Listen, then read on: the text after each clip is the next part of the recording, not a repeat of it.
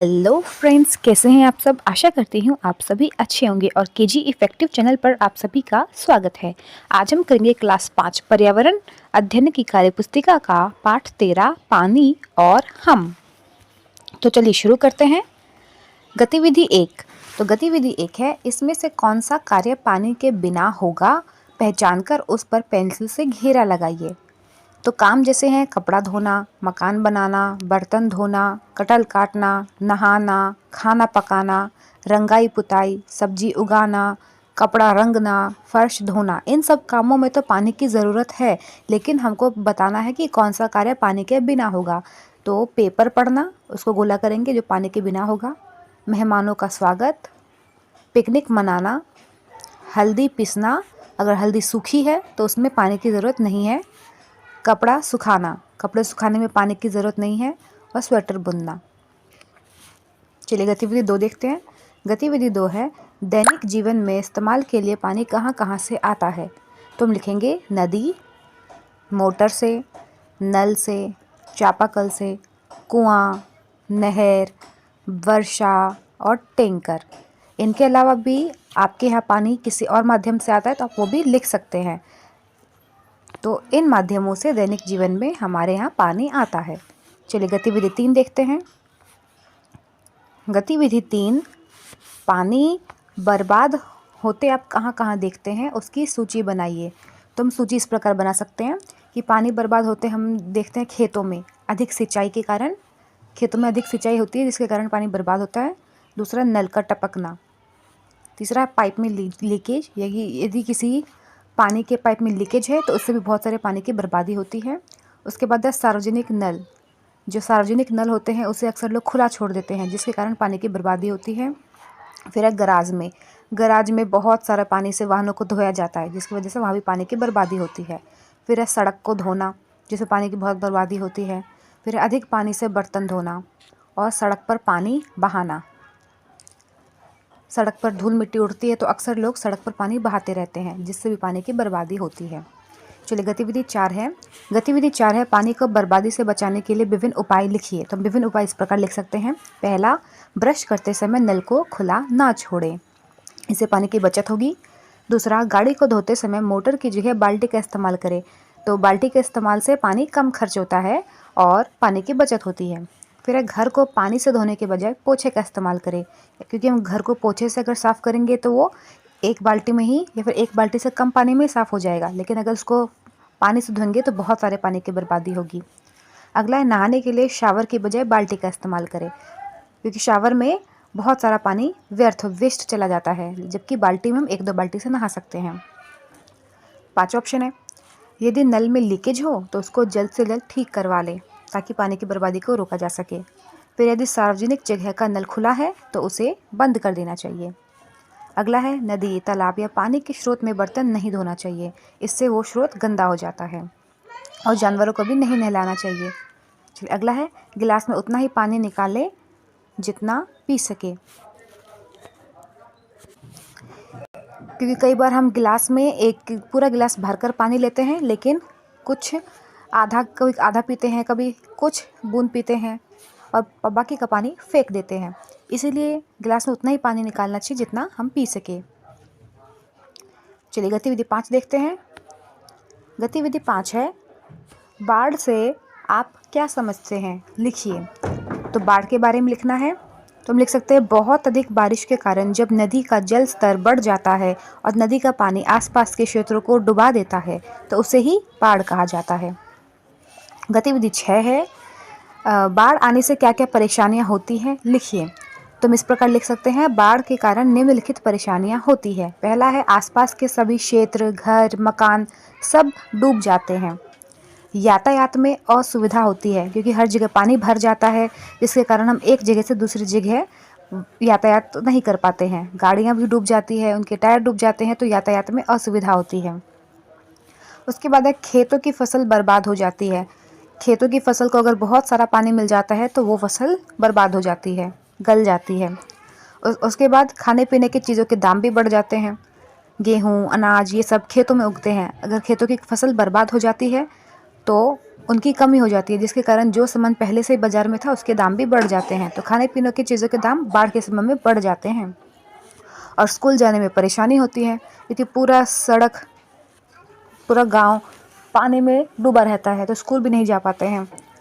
छठा है, जान माल की हानि होते हैं। बहुत सारे परिवार के लोग बिछड़ जाते हैं, बहुत सारे जानवरों के, इंसानों की मृत्यु भी हो जाती है। तो जान माल की हानि होती है और बीमारियां फैलती है और गंदगी बढ़ती है। बारिश के मौसम में ही अक्सर मच्छर से फैलने वाली बीमारियां, डेंगू, मलेरिया, चिकनगुनिया बारिश के मौसम में ही फैलती है। और बाढ़ में तो ये और दुगनी रफ्तार से फैलती है और गंदगी भी इसके कारण बढ़ती है। चलिए गतिविधि 7 देखते हैं। गतिविधि 7 है, बाढ़ के लाभ और हानि को लिखिए। तो बाढ़ के लाभ और हानि इस प्रकार है। लाभ के बारे में लिखेंगे, मिट्टी की उर्वरता बढ़ती है, यानी कि मिट्टी की उर्वरता बढ़ना। तो जब बाढ़ आती है तो वो अपने साथ नई उपजाऊ मिट्टी भी लेकर आती है। तो जिस इलाके में बाढ़ आती है तो मिट्टी उपजाऊ हो जाती है, जिससे फसल अच्छी होती है। और दूसरा है फसल की पैदावार बढ़ना, क्योंकि मिट्टी की उर्वरक क्षमता बढ़ जाती है, जिससे फसल की पैदावार भी बढ़ जाती है, फसल ज़्यादा होगी। उसके बाद भूमिगत जल स्तर का बढ़ना। बाढ़ का पानी धीरे धीरे भूमिगत जल यानी कि ज़मीन के अंदर चला जाता है। ज़मीन के अंदर के जल को ही भूमिगत जल कहा जाता है, जिसे हम बाद में चापाकल, कुओं, बावड़ी के माध्यम से निकालते हैं। तो इस हमारे भूमिगत जल में वृद्धि होती है। और कई बार बाढ़ के पानी के साथ मछलियाँ भी आती है, और नदी, तालाब, इन सब में पानी भर जाता है। तो इन सब जगहों में हम मछली पालन की भी कर सकते हैं। तो मछली पालन में वृद्धि होगी, जिससे लोगों के आय में भी वृद्धि होगी, लोगों को पैसा कमाने का एक मौका मिल जाता है। चलिए उसके बाढ़ के हानि देखते हैं। पहला हानि तो है जनजीवन की हानि। परिवार तबाह हो जाते हैं, घर मकान सब टूट जाते हैं, बहुत सारे लोग बह जाते हैं। तो जनजीवन की हानि होती है, जान माल की हानि होती है। दूसरा है बीमारियों का बढ़ना, डेंगू, मलेरिया, चिकनगुनिया ऐसी बीमारियां इसमें फैलती हैं। तीसरा है घर टूट जाना या ढह जाना। फिर घर बने बनाए घर टूट जाते हैं, फिर उसको बनाने में दोबारा बहुत खर्चा आता है, इससे गरीबी भी बढ़ती है। फिर है पिछड़ जाना, कि बड़ी मेहनत से किसी शहर को बसाया जाता है, गांव को बसाया जाता है, उसमें स्कूल की सुविधा, सड़क, पानी, बिजली की सुविधा बनाई जाती है, लेकिन बाढ़ के कारण सड़कें डूब जाती है, बिजली सब कट जाता है। तो बाढ़ जब ख़त्म होता है तो ये सारा सुविधा वापस पाने में बहुत समय लग जाता है। तो जो इलाका बाढ़ से पीड़ित होता है वो एक तरह से पिछड़ जाते हैं। उसके बाद है यातायात में असुविधा। बाढ़ में एक जगह से दूसरी जगह भी नहीं जा पाते हैं। तीसरा, दुर्घटना होना। कहीं कहीं रेलवे की जो पटरियां होती है वो नदियों के आसपास होता है। उस इलाके में अगर बाढ़ आता है तो कभी कभी रेलवे की पटरियां भी डूब जाती है, बह जाती है, और कई बार रेल दुर्घटना, बस दुर्घटना, ऐसी दुर्घटना भी देखने को मिलती है। चलिए गतिविधि 8 देखते हैं। गतिविधि 8 है, अगर आपके क्षेत्र में बाढ़ आने की चेतावनी हो तो उससे बचने और जीवन निर्वाह करने के लिए आप क्या क्या तैयारियां करेंगे। तो हम बहुत सारे इस प्रकार की तैयारी करेंगे कि हम सबसे पहले 10-20 दिनों के लिए खाने पीने की ज़रूरत का सामान और कपड़ों को पैक करेंगे और किसी ऊंचे स्थान की ओर जाने की तैयारी करेंगे, और तथा घर के सभी ज़रूरी दस्तावेजों को अपने साथ ले लेंगे। चलिए गतिविधि 9 देखते हैं। गतिविधि 9 है, आपकी जानकारी के अनुसार विभिन्न प्रकार की आपदाओं को प्राकृतिक और मानव जनित आपदा में वर्गीकृत कीजिए। आपदा, प्राकृतिक आपदा और मानव जनित आपदा। तो प्राकृतिक आपदा है मतलब ऐसी आपदा जो प्रकृति से छेड़छाड़ करने के कारण आती है, जो बड़े स्तर पर तबाही मचाती है, जैसे कि बाढ़, भूकंप, भूस्खलन, ज़मीन एक जगह से दूसरी, भूस्खलन अक्सर पहाड़ों पर देखा जाता है, पहाड़ों का ज़मीन खिसक जाता है। भूस्खलन, सुनामी, तूफान, तो ये सब प्राकृतिक आपदा है जो बड़े स्तर पर प्रकृति से छेड़छाड़ करने के कारण आता है और बड़े स्तर पर तबाही मचाता है। उसके बाद है मानव जनित आपदा, ऐसी आपदा जो मानव के कारण आते हैं। मानव अपने स्वार्थ के लिए पेड़ को लगातार काट रहे हैं, फैक्ट्रियों से निरंतर निकलने वाला धुआं वातावरण को प्रदूषित कर रहा है। तो मानव जनित आपदा ये सब हमारे ही कारण उत्पन्न होती है। जैसे पहला युद्ध दो देशों के बीच, दो समुदाय के बीच होता है, लेकिन हानि बहुत बड़े स्तर पर होती है। दूसरा है प्रदूषण, जल प्रदूषण, वायु प्रदूषण, भूमि प्रदूषण, ये सभी प्रकार के प्रदूषण मानव जनित आपदा है। जल संकट, क्योंकि हम पानी की बर्बादी करेंगे तो भविष्य में पीने तक का पानी के लिए हमको लड़ाई करना पड़ जाएगा, उसी को जल संकट कहा जाता है। फिर है जलवायु परिवर्तन, धीरे धीरे जलवायु गर्म होती जा रही है। दिसंबर जनवरी के मौसम जो कितने सर्दी भरा मौसम हुआ करता था, इस मौसम में भी गर्मी रहती है। वैश्विक ताप वृद्धि, पूरे विश्व के तापमान में वृद्धि,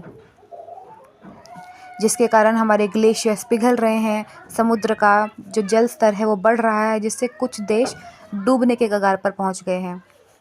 चलिए गतिविधि 10 देखते हैं। गतिविधि 10 है, बारिश के बाद पानी कहाँ जाता है, इस पानी का उपयोग हम पुनः कैसे कर पाते हैं बताइए। तो हम लिखेंगे बारिश का पानी नदियों, झीलों, मिट्टी और भूजल में चला जाता है। इसका पुनः उपयोग करने के लिए वर्षा जल संचयन किया जाता है, यानी कि बारिश के पानी को इकट्ठा किया जाता है। इसके लिए छत पर पाइपलाइन बिछा दी जाती है, जिस पाइपलाइन के ज़रिए वो पाइपलाइन नीचे ज़मीन से एक टैंक बना होता है, उस पानी में इकट्ठा होता है। उस पानी का इस्तेमाल हम बाकी कपड़े धोने, शौचालय इस्तेमाल कर सकते हैं। तो इसमें वर्षा जल संचयन भी कर सकते हैं, और जिसमें छतों से पानी को इकट्ठा कर टैंकों में एकत्रित किया जाता है। और इस पानी को हम जो ज़मीन जो पानी भूजल के अंदर गया है, तो इस पानी को हम चापाकल, बावड़ियों, कुओं और बोरवेल के माध्यम से पुनः उपयोग कर सकते हैं। तो बारिश का पानी या बाढ़ का पानी, ज़्यादातर पानी ये ज़मीन के अंदर चला जाता है, तो इस पानी का इस्तेमाल हम अक्सर चापाकल, बावड़ी, कुओं, इन सब के माध्यम से कर सकते हैं। चलिए इसी के साथ ये कार्यपुस्तिका यहीं ख़त्म होती है। अगर आपको वीडियो अच्छा लगा तो लाइक, सब्सक्राइब एंड शेयर करें। Thank you.